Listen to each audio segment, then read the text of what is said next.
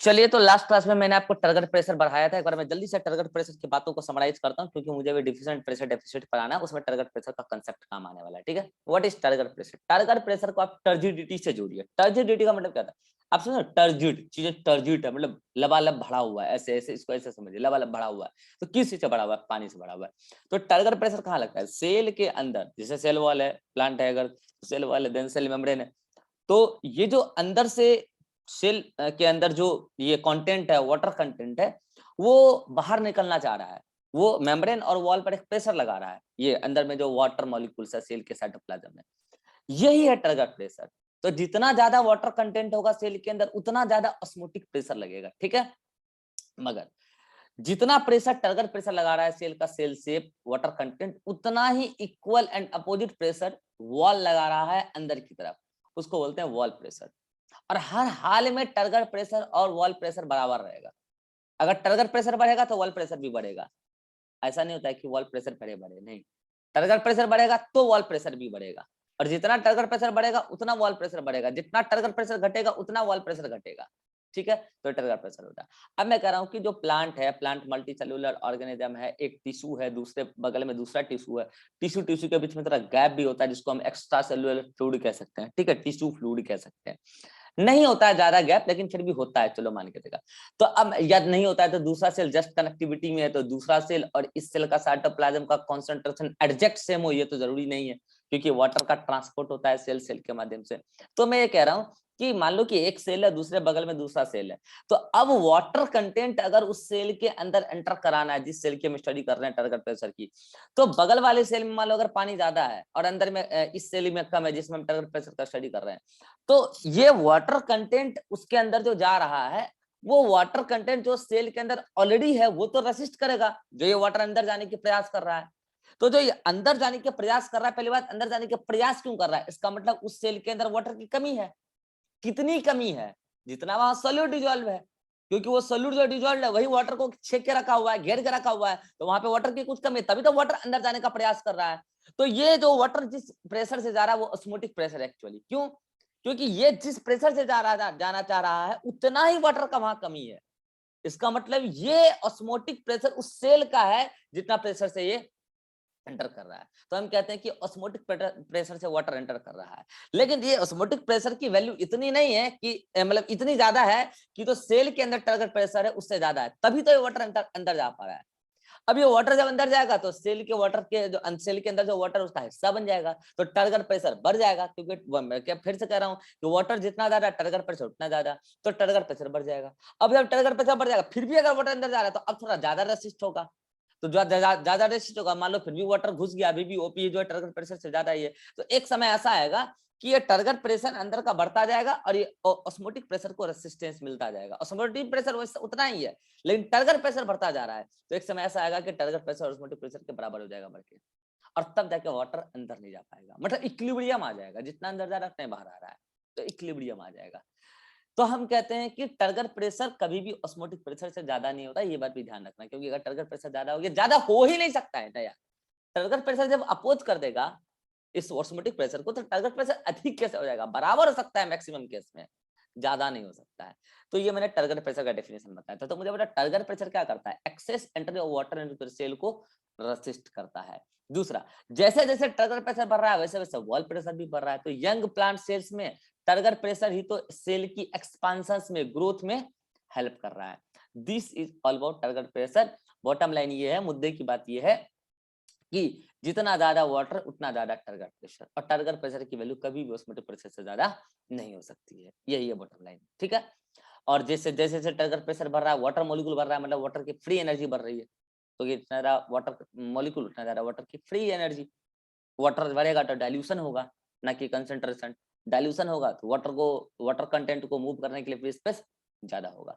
This is all about target pressure. अब target pressure की side, अच्छा ये मैंने ये भी कहा था कि टारगेट प्रेशर दो प्रेशर को अपोज करता है। वॉल प्रेशर पे तो अपोजिशन लगा ही रहा है, साथ ही साथ वो ऑस्मोटिक प्रेशर पे भी अपोजिशन लगा रहा है। ये बात मैंने लास्ट क्लास में समझा दिया था कि दीवारों पर छेद करके उस पर हाथ रखो, तो आते हुए हवा को भी रोकेगा, और दीवार पे तो प्रेशर लगा ही रहा है।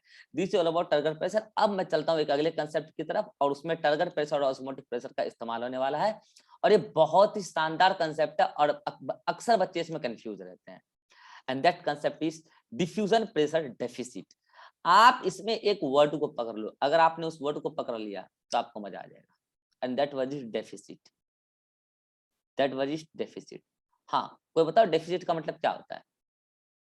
डेफिसिट का मतलब क्या होता है? कमी। कमी मतलब घटोतरी, कम, कम होना। चलिए, किस चीज में कम होना, आगे क्या लिखा है? Diffusion pressure. तो मैं बार बार इतने दिन से समझाते आ रहा हूं what is diffusion pressure. Actually diffusion pressure is the difference of free energy between the two system. चलो ठीक है, लेकिन कई सारी किताबों के अनुसार से फ्री एनर्जी ही क्या है? फ्री एनर्जी ही क्या है? डिफ्यूजन प्रेशर ही है, प्रेशर है। एक सिस्टम का, ये दूसरा सिस्टम का है, ठीक है। चलो मान लिया। तो डिफ्यूजन प्रेशर क्या है कि वाटर के अंदर जो मूव करने की एबिलिटी है, क्योंकि अभी हम ऑस्मोसिस को ही आगे बढ़ा रहे हैं, ठीक है। तो वाटर के अंदर जो मूव करने की एबिलिटी है वो क्या है? डिफ्यूजन प्रेशर है।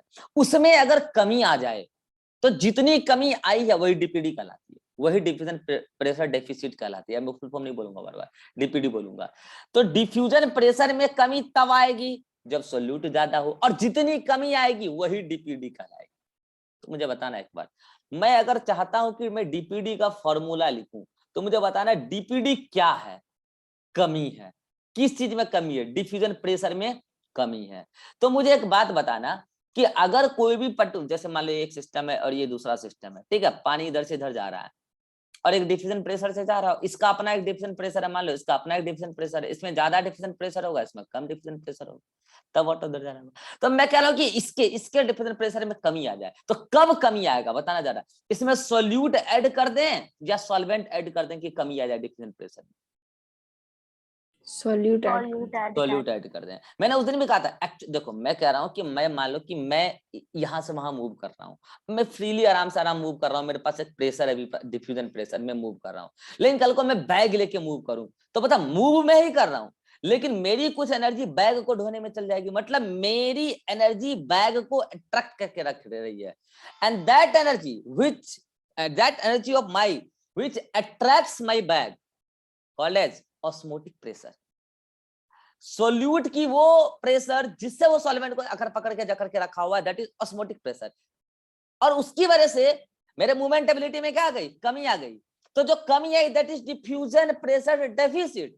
और कमी आने के बावजूद अभी भी मैं जिस प्रेशर से मूव कर रहा हूं दैट इज डिफ्यूजन प्रेशर। फिर से रिपीट कर रहा हूं, मैं मूव कर रहा था पहले, मेरी अपने एक डिफ्यूजन प्रेशर से मैं मूव कर रहा था आराम से, तब मेरे पास बैग नहीं था, सोल्यूट नहीं था, बैग सोल्यूट है। लेकिन जैसे ही आपने मेरे कंधे पे बैग रखा तो मेरे डिफ्यूजन प्रेशर में कुछ कमी आ गई। और वो कमी कितनी आई? तो वो जो ऑस्मोटिक प्रेशर था, वो जो ऑस्मोटिक प्रेशर का मैंने जो कुछ एनर्जी डिफ्यूजन प्रेशर में से बैग को ढोने में लगा दिया, उतनी कमी आई। तो वो जो ऑस्मोटिक प्रेशर है वो तो क्या हो गया भैया? वो तो एक्चुअली क्या हो गया कि वो पर्टिकुलर एनर्जी अब हमारे मूवमेंट में काम नहीं आ रहा है। तो जो कमी आई, जितनी कमी आई, कमी जो आई that is diffusion pressure deficit. और कितनी कमी आई? ऑस्मोटिक प्रेशर जो हमने बैग को ढोने में लगाया है, तो that is the diffusion pressure deficit, जो कमी आई। अब मैं जिससे मूव कर रहा हूं that is the diffusion pressure कम होने के बाद जो हुआ। तो मैं ये समझाना चाह रहा हूं, मैं आपको बार बार ये फोकस कर रहा हूं कि diffusion pressure deficit is not any pressure. ये कोई प्रेशर नहीं है। जैसे आप कहते हो कि ऑस्मोटिक प्रेशर, सॉल्यूट जो है सॉल्वेंट पर एक प्रेशर लगा रहा है, खींच के रख रहा है अपने पास, अगर पकड़ के जकड़ के रख रहा है। आप कहते हो टर्गर प्रेशर दीवारों पर लग रहा है अंदर से वाटर कंटेंट के द्वारा। आप कहते हो डिफ्यूजन प्रेशर, वाटर मॉलिक्यूल के पास या फिर किसी भी सब्सटेंस के पास एनर्जी है मूव करने की। तो ऐसे कोई ना कोई प्रेशर है, एनर्जी। लेकिन डिफ्यूजन प्रेशर डेफिसिट कोई प्रेशर नहीं है, ये कोई प्रेशर नहीं है। मैं आपको बताता हूँ, फॉर एग्जाम्पल मैं कह रहा हूँ कि इस महीने मैंने 1 लाख रुपए कमाए, अगले मंथ मैंने 2 लाख रुपए कमाए, फिर अगले मंथ मैंने 50,000 रुपए कमाए। तो मैं कहूंगा कि सुना ध्यान से, मैं क्या बोल रहा हूं कि इस महीने और नेक्स्ट मंथ में जो मेरा आमदनी है 1 लाख का बढ़ा है, ठीक है, यानी कि 1 लाख रुपया मेरे पास आया है। ये तो घाटा नहीं है, नहीं तो फायदा है। तो 1 लाख रुपया मेरे पास आया है, पैसा है मेरे पास 1 लाख रुपया एक्स्ट्रा इस महीने और अगले महीने के कंपेरिजन में, ठीक है। लेकिन फिर अगले महीने मैंने 50,000 ही कमाया, तो मैं कहूंगा 50,000 का घाटा लगा है। तो मुझे 50,000 का जो घाटा लगा है, क्या वो पैसा है मेरे पास? नहीं है ना, पैसा नहीं है। जो नहीं है वही है घटा, जो नहीं है वही है घटा। कितने लोग समझ पा रहे हैं मैं बोलना क्या चाह रहा हूँ? है ही नहीं, एग्जिस्ट ही नहीं करता जो चीज मेरे पास नहीं है। Diffusion pressure deficit is nothing, ये जस्ट एक कैलकुलेशन है कि ये कमा है, इतना कमा है, डिफ्यूजन प्रेशर में इतनी कमी आ गई है, that is the diffusion pressure deficit. अब आप समझ चुके हैं डिफ्यूजन प्रेशर डेफिसिट है क्या। अब मैं कह रहा हूं कि आप इसको कैलकुलेट कैसे करेंगे बाय फार्मूला। तो मुझे एक बात बताओ, ध्यान से सोच के बताना कि अगर मुझे कुल घटा निकालना है, कुल डेफिसिट निकालना है, तो मुझे कुल घटा निकालने के लिए नुकसान में फायदा माइनस करना है या फायदा में नुकसान माइनस करना है। फिर से रिपीट कर रहा हूं, नुकसान में फायदा माइनस करना है या फायदा में नुकसान माइनस करना है, यदि मुझे कुल नुकसान निकालना है तो। फायदा में नुकसान माइनस करना है। एनीवन मोर?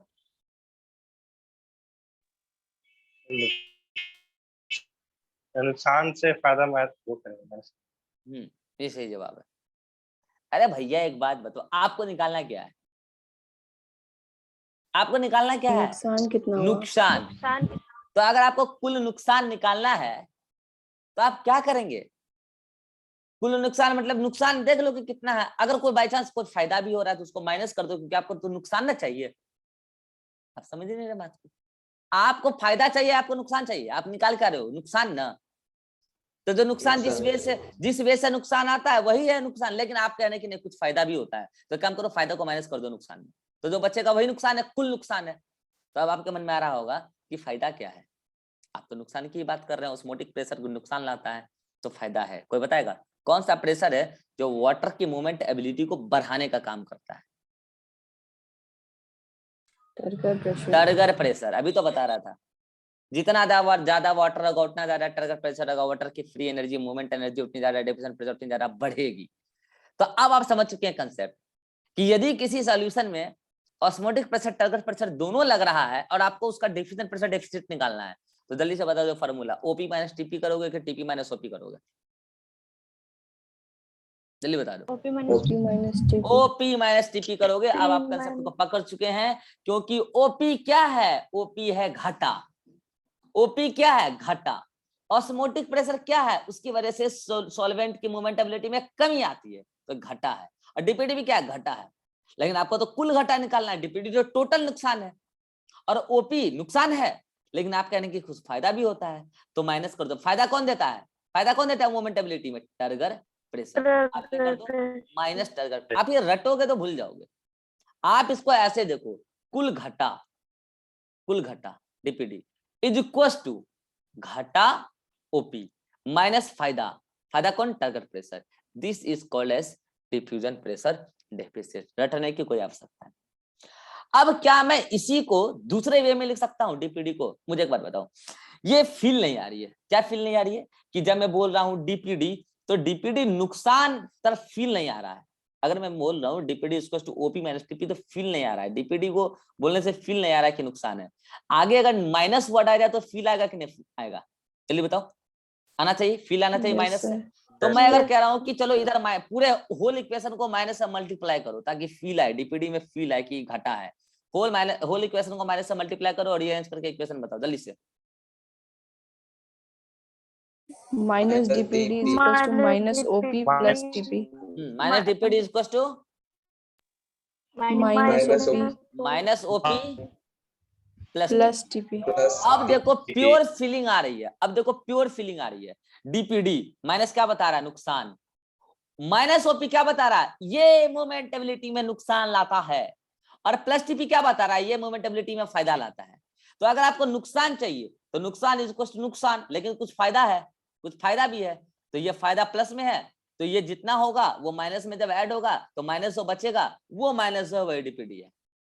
मैं चाहता तो डायरेक्ट ये वाला इक्वेशन भी लिख सकता था, लेकिन फिर आप उलझ के आते। सिंपल से हम गए कॉम्प्लेक्स की तरफ। What is DPD? DPD is a deficit, नुकसान। तो नुकसान कौन दिलाता है मोमेंटेबिलिटी में? ओपी। लेकिन कोई फायदा भी दिलाता है, कौन? Turgor pressure. तो DPD is equal to OP minus TP. अब इसको माइनस से मल्टीप्लाई करके होल इक्वेशन को रीअरेंज करके लिख लो। That is the called as diffusion pressure deficit. अब ये सब समझ लो एक बात, फिर अभी आगे काम आने वाला है, इसलिए बोल रहा हूँ। ठीक है। अब मुझे एक्सप्लेन करना है कि किस पर्टिकुलर सॉल्यूशन की डिफ्यूजन प्रेशर डेफिसिट ज्यादा और किसकी कम, और फिर फाइनली मुझे ये भी एक्सप्लेन करना है कि वाटर कहां से कहां मूव करेगा। चलो उससे पहले मैं आपसे एक बात बोलता हूं, अगर ये है कि माइनस डीपीडी इक्वल्स टू यही नुकसान है मोमेंटेबिलिटी में, तो मुझे बताना। चलो उससे पहले मैं एक बड़ा सवाल आपसे, छोटा सा सवाल आपसे पूछ लेता हूँ, बड़ा क्या छोटा सा सवाल। हाँ विवेक, नींद आ रहा है, नेटवर्क एरर है तुम्हारा, नेटवर्क एरर, नींद आ रहा है इसका नेटवर्क नेटवर्क एरर है सुबह। अच्छा अभी हम क्या बोल रहे थे। पूछने के बाद अच्छा हाँ, तो मैं कह रहा हूं कि आपके सामने दो डाटा है, एक है -5 और एक है -2। मेरा ये सवाल है कि इसमें से बड़ा कौन है छोटा कौन है। जल्दी से फटाफट सब अपना अपना आंसर दो। -2 बड़ा है, -5 छोटा है। हाँ अभिषेक, -2 बड़ा है, -5 छोटा है। अच्छा 5 और 2 में जो है 2 कब से बड़ा होने लग गया भाई। तो माइनस लगा इस वजह से। हाँ अब आया लाइन पे, माइनस लगा इसलिए। तो -2 क्या है, बड़ा है, और -5 क्या है, छोटा है। ठीक है, ये बात अगर आपको इसका मतलब आप समझ पा रहे हैं कि अगर डीपीडी को ज्यादा माइनस दिखाएंगे तो नुकसान बहुत बड़ा है।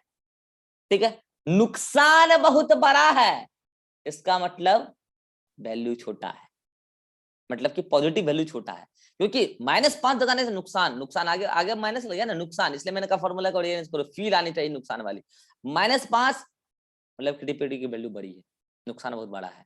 -2 डीपीडी की वैल्यू कम है, इसका मतलब नुकसान यहाँ पे क्या है, कम है। तो मुझे बताओ कि -5 और -2 में अगर मैं हाई और लो डीपीडी लिखना चाहूं तो मैं किसको हाई डीपीडी लिखूंगा और किसको लो डीपीडी लिखूंगा, एकदम गौर से सोच के बताना। -5 वाले को हाई डीपीडी, हाई डीपीडी और इसको लो डीपीडी बोलूंगा मैं।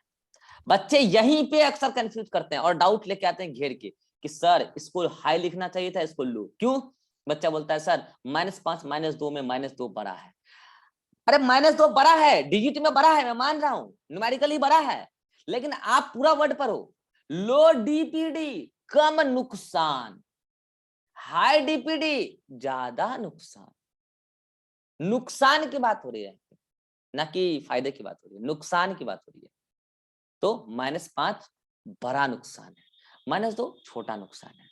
तो अब मुझे बताइए क्या आप ये कंसेप्ट समझ चुके हैं कि हाई डीपीडी और लो डीपीडी का क्या चक्कर है। अगर आप ये समझ चुके हैं तो अब चलिए डायरेक्ट उस पर्टिकुलर डायग्राम पे, जो डायग्राम को हम लोग 3-4 दिन से पढ़ाई कर रहे हैं, ये वाला आ जाइए। यही सॉल्यूशन हमारा 3-4 दिन से चल रहा है अभी तक, और आज इसको फिनिश किया जाए।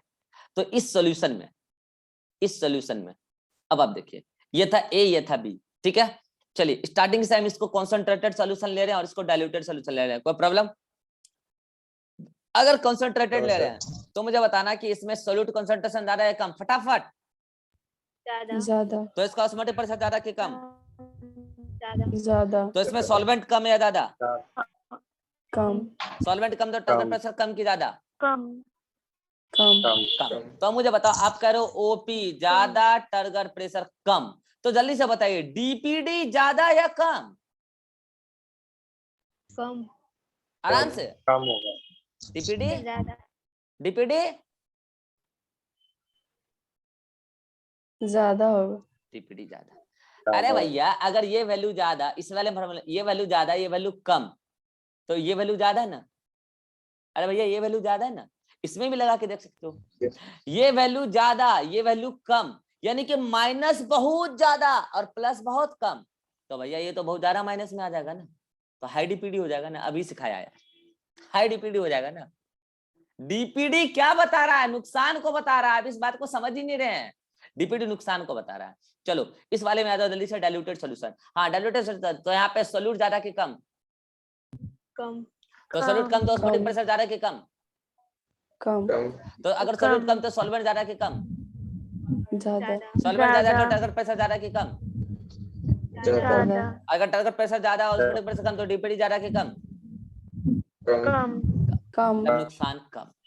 इसका मतलब आप ये समझ पा रहे हैं कि इधर पानी बहुत है, नुकसान कम है, मतलब इधर पानी अच्छा खासा है। पानी के मोमेंट एबिलिटी में नुकसान कम है क्योंकि यहाँ सोल्यूट कम है। क्योंकि सोल्यूट आने से पानी के मोमेंटेबिलिटी में नुकसान आ जाता है, क्योंकि उसके वाटर मॉलिक्यूल को अगर पकड़ के जकड़ के रख लेता है सॉल्वेंट। इधर नुकसान बहुत है, मतलब इधर जो सोल्यूट ज्यादा आ गया तो सोल्यूट वाटर मॉलिक्यूल को अगर पकड़ के जकड़ के रख लिया और जगह भी चेक लिया, तो अब वाटर की सॉल्यूशन में मौजूद वाटर की मोमेंटेबिलिटी में कमी आ गई, तो इधर कमी ज्यादा आई क्योंकि इधर सोल्यूट ज्यादा था। इसका मतलब इधर डीपीडी ज्यादा है। This is a diffusion pressure deficit. आपको भी डिफ्यूजन प्रेशर डेफिसिट का मतलब पता चला है। अब आप सुने होंगे कि डिफ्यूजन प्रेशर डेफिसिट को हम कहते हैं कि ये सेल के अंदर वाटर डिमांड को या वाटर स्ट्रेस को भी रिप्रेजेंट करता है। तो मैं बता रहा हूं, एक बात बताना, इधर डीपीडी ज्यादा या कम, जल्दी बताना। ज्यादा। इधर डीपीडी ज्यादा या कम? कम। तो मुझे बताओ इन दोनों में किसको पानी की रिक्वायरमेंट ज्यादा है? इसको। तो वाटर इधर से इधर जा रहा है, वाटर इधर से इधर जा रहा है। अगर वाटर इधर से इधर जा रहा है, ए टू बी जा रहा है, तो वाटर ए से बी चले जाने के बाद ए बोलता है मेरा इतना पानी चला गया तो मुझे इतना पानी दो, अगर ये प्रोसेस को आगे कंटिन्यू रखवाना है।